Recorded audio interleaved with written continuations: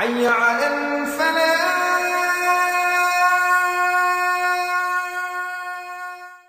بسم اللہ الرحمن الرحیم۔ میرے بھائی، میرے بیٹے، نماز نہیں چھوڑنی۔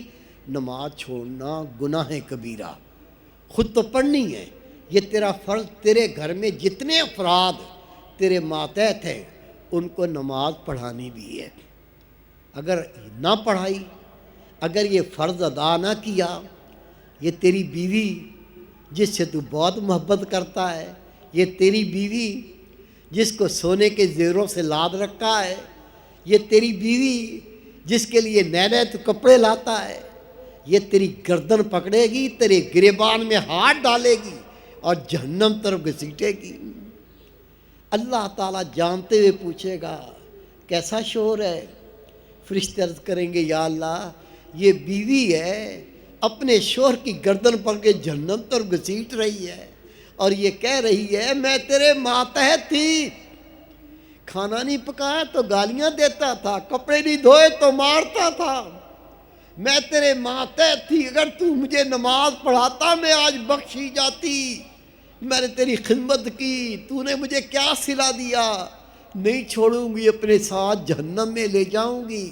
رب کہے گا یہ میری بندی سچ کہتی ہے، اس کے شوہر کی ٹانگیں اوپر کرو، اس کا سر نیچے کرو، پہلے اس کے شوہر کو الٹا جہنم میں گھسیڑو، اس کی بیوی کو بعد میں ڈالنا۔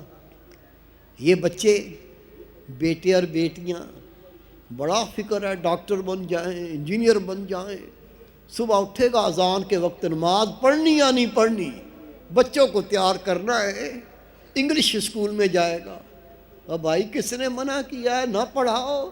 کس نے منع کیا ہے ڈاکٹر نہ بناؤ؟ کس نے کہا انجینئر نہ بناؤ؟ لیکن اگر اس کو نماز نہیں پڑھائی، خدا کے دین کے عمل نہیں کرایا، گناہ سے نہیں بچایا، روز محشر ماں اور باپ کے گریبان پکڑیں گے اور گھسیٹیں گے، چل ہمارے ساتھ۔ اللہ پوچھے گا کیسا شوہر ہے؟ یا اللہ یہ بیٹا ہے، یہ بیٹی ہے، اپنی ماں اور باپ کی گردن پکڑی ہوئی ہے، گھسیٹتے ہیں، اسکول نہیں جاتا تھا تو ماں مارتی تھی، اسکول لیٹ ہو گیا تو ابو نے گالیاں دی تھی، نماز نہیں پڑھائی، اللہ کے دین پہ عمل نہیں کرایا، یا اللہ نہیں چھوڑیں گے ان کو، اپنے ساتھ جہنم میں لے جائیں گے۔ رب کہے گا سچ کہتے ہیں، پہلے ماں اور باپ کی ٹانگیں اوپر کرو، سر نیچے کرو، پہلے انہی کو جہنم میں گھسیڑو، بچوں کو بعد میں ڈالنا۔